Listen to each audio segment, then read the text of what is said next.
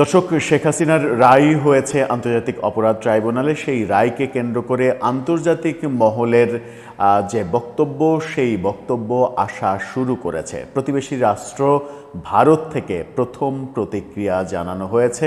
এখন পর্যন্ত, এই রাত পর্যন্ত ভারত ছাড়া অন্য কোনো দেশের আনুষ্ঠানিক কোনো মন্তব্য, বিবৃতি আমরা দেখতে পাইনি।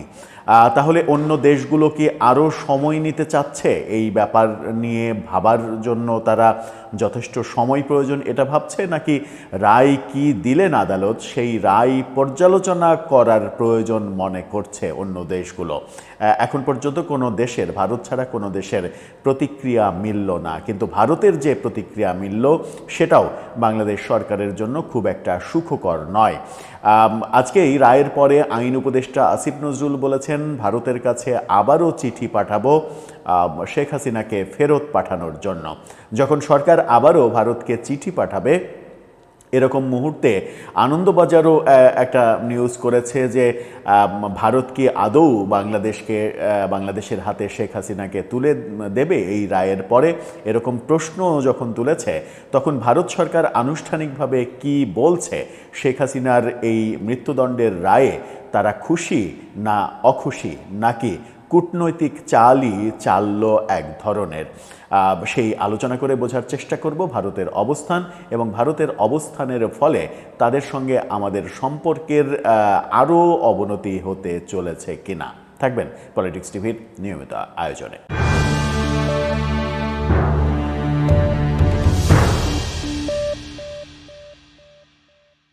দর্শক, বলছিলাম প্রতিবেশী রাষ্ট্র ভারত ছাড়া এখন পর্যন্ত অন্য কোনো দেশের প্রতিক্রিয়া পাওয়া যায়নি। এ ধরনের খবর এখন পর্যন্ত গণমাধ্যম দিতে পারেনি। আমরা যখন এই ভিডিওটা করছি রাত 10:30টার পরে, সেই সময়েও ভারত এই ব্যাপারে কোনো ধরনের কোনো খবর, মানে ভারত না, অন্য কোনো দেশ, ভারত ছাড়া অন্য কোনো দেশ কোনো ধরনের কোনো খবর দেয়নি। ভারতের এই খবরটা নিয়ে 71 টেলিভিশনের শিরোনামটা দেখলেই বুঝতে পারবেন। সেখানে বলা হচ্ছে যে ministry of external affairs, government of India, সেখানে তারা বলছে শেখ হাসিনার রায়ের পর যা জানালো নয়াদিল্লি। নয়াদিল্লি কি জানিয়েছে? নয়াদিল্লি আদতে কি বলতে চাইছে? নয়াদিল্লি কি এই শেখ হাসিনার মানে যে ফাঁসি, যে রায় হলো, সেই রায়ে কি নয়াদিল্লি খুশি নাকি অখুশি, নাকি কূটনৈতিক ভাষা প্রয়োগ করলো? তাদের যে প্রতিক্রিয়া, স্টেটমেন্ট, সেই স্টেটমেন্টটা, অফিসিয়াল স্টেটমেন্টটা আপনারা দেখে নিতে পারেন। সেই স্টেটমেন্টে তারা কি বলছে, সংক্ষিপ্ত মাত্র 7 লাইনের একটা স্টেটমেন্ট, 7 লাইনের স্টেটমেন্ট দিয়েছে তারা, যদিও সেটা ইংরেজিতে দিয়েছে। ইংরেজিটা না পড়ে সেটার বাংলা নিয়েই আলোচনা করি, অযথা ভিডিওর ডিউরেশন বাড়ানোর কোনো প্রয়োজন নেই। সেখানে বিবৃতিতে নয়াদিল্লি জানিয়েছে, ভারত বাংলাদেশের সঙ্গে শান্তি, গণতন্ত্র, অন্তর্ভুক্তি এবং স্থিতিশীলতায় একসঙ্গে কাজ করবে। কয়েকটা পয়েন্ট বলেছে, শান্তি, গণতন্ত্র, অন্তর্ভুক্তি। অন্তর্ভুক্তি যে কথাটা তারা বারবার বলে আসছিল, সেই কথাটা আবারও বলছে যে ইনক্লুসিভিটি থাকতে হবে রাজনীতিতে এবং নির্বাচনে। সেই কথাটা আবারও বলছে যে অন্তর্ভুক্তিমূলক ব্যাপার, গণতন্ত্র থাকতে হবে। সেটা যদি থাকে তাহলে ভারত বাংলাদেশের সঙ্গে একসঙ্গে কাজ করবে। আজকে রাতে ভারতের পররাষ্ট্র মন্ত্রণালয়ের এক বিবৃতিতে এই কথা বলা হয়। বিবৃতিতে আরও বলা হয়েছে, সাবেক প্রধানমন্ত্রী শেখ হাসিনাকে নিয়ে বাংলাদেশের আন্তর্জাতিক অপরাধ ট্রাইব্যুনালের ঘোষিত রায় ভারতের নজরে এসেছে। রায় নিয়ে কিন্তু তারা কোনো ধরনের কোনো মন্তব্য করেননি, তারা শুধু বলেছে এই রায়টা তাদের নজরে এসেছে। তারপরে কি বলছে তারা বলছে, ভারত ঘনিষ্ঠ প্রতিবেশী হিসেবে বাংলাদেশের শান্তি, গণতন্ত্র, অন্তর্ভুক্তি এবং স্থিতিশীলতা সহ জনগণের সর্বোত্তম স্বার্থের প্রতি প্রতিশ্রুতিবদ্ধ। ভারত সবসময় এই লক্ষ্যে সব অংশীদারদের সঙ্গে গঠনমূলকভাবে কাজ করবে। অর্থাৎ ভারতের যে প্রতিক্রিয়া, সেই প্রতিক্রিয়াটা একেবারেই পাশ কাটানো প্রতিক্রিয়া। এই স্টেটমেন্টে কোনোভাবেই তারা এটা বোঝাতে চায়নি যে এই রায় নিয়ে তারা আদতে কি ভাবছে। হয়তো এই স্টেটমেন্টই বলে দেয় যে এই রায়ে তারা খুশি নয়, কিন্তু তাদের অখুশির যে ব্যাপারটা সেটা তারা স্টেটমেন্টে সরাসরি বলেনি।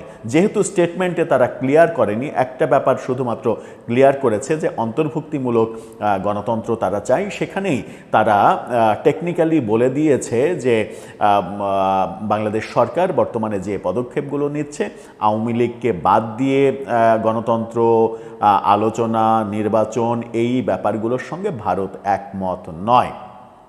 কিন্তু শেখ হাসিনার বিচারে তারা যে খুশি নয়, এটাও কিন্তু এই প্রতিক্রিয়ায় ইনডাইরেক্টলি কিছুটা আঁচ পাওয়া যায়। যদি শেখ হাসিনার এই রায়ে ভারত খুশি না হয়ে থাকে, তাহলে কি শেখ হাসিনাকে ফেরত পাওয়া সম্ভব হবে?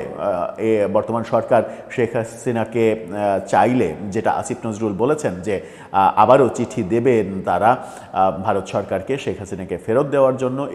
বিভিন্ন রাজনৈতিক দল, যেমন এনসিপি থেকে রায়ের পরপরই বলা হয়েছে যে 1 মাসের মধ্যে তাকে ভারত থেকে ফিরিয়ে আনতে হবে, ফিরিয়ে এনে তার ফাঁসি কার্যকর করতে হবে।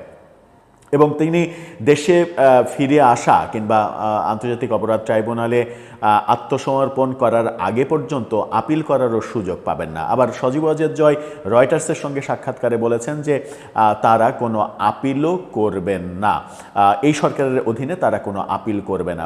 পরবর্তীতে নির্বাচিত গণতান্ত্রিক সরকার যখন আসবে তখন আপিলের ব্যাপারটা ভেবে দেখবে। এবং তিনি এটাও বলেছেন যে আমার মা ভারতে আছে, নিরাপদে আছে, এই সরকার যতই ফাঁসির রায় ঘোষণা করুক সেটা তারা প্রতিষ্ঠিত করতে পারবে না, কার্যকর করতে পারবে না, কিছুই হবে না। ভারতে প্রধানমন্ত্রীর মর্যাদায় তিনি রয়েছেন, এই কথাও তিনি বলেছেন।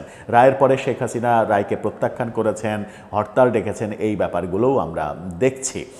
তার মানে আসিফ নজরুলের যে বক্তব্য, ভারতের কাছ থেকে ফিরে পাওয়ার, শেখ হাসিনাকে ফিরে পাওয়ার প্রত্যাশা, সেই প্রত্যাশা বোধহয় পূরণ হচ্ছে না। ভারত এই ব্যাপারটাকে পজিটিভলি দেখেনি। এখন দেখার বিষয় হচ্ছে যে ভারত তো তাদের প্রতিক্রিয়া কূটনৈতিক ভাষায় বুঝিয়ে দিল, সরাসরি কোনো কিছু হ্যাঁ না সরাসরি না বলে কূটনৈতিক ভাষায় আকার ইঙ্গিতে বুঝিয়ে দিল। এখন পালা হচ্ছে বিশ্বের অন্যান্য দেশ এটাকে কিভাবে ট্রিটমেন্ট দেয়, তারা কিভাবে উপস্থাপন করে, তাদের ভাষ্যগুলো কি হয়। শুধুমাত্র দেশ না, দেশ, সংস্থা, জাতিসংঘ, সব দিক থেকে কি বাণী আসে, কি পর্যবেক্ষণ আসে। অবশ্য বেশিরভাগ দেশ থেকে একটা পর্যবেক্ষণ কমন হয়তো আসবে, সেটা তারা রায়ের আগেই বলেছিল যে কোনোভাবেই এই আদালত থেকে যেন মৃত্যুদণ্ডের কোনো আদেশ না আসে। যে সকল দেশ এবং এমনকি জাতিসংঘ যারা মৃত্যুদণ্ডের বিপক্ষে, রায়ে মৃত্যুদণ্ডের বিপক্ষে, তারা নিশ্চিত করেই এই রায়ের বিরোধিতা করবে। দর্শক, এ ব্যাপারে আপনার কি মনে হয়? ভারতের পরবর্তী অবস্থান কি হতে পারে? তাতে কি এই সরকার আরও বিব্রতকর অবস্থায় পড়ে যাবে এবং ভারতের সঙ্গে সম্পর্ক কি আর এক ধাপ অবনতি হবে এই ঘটনার পরে? আপনার মতামত জানিয়ে লিখতে পারেন আমাদের কমেন্ট বক্সে।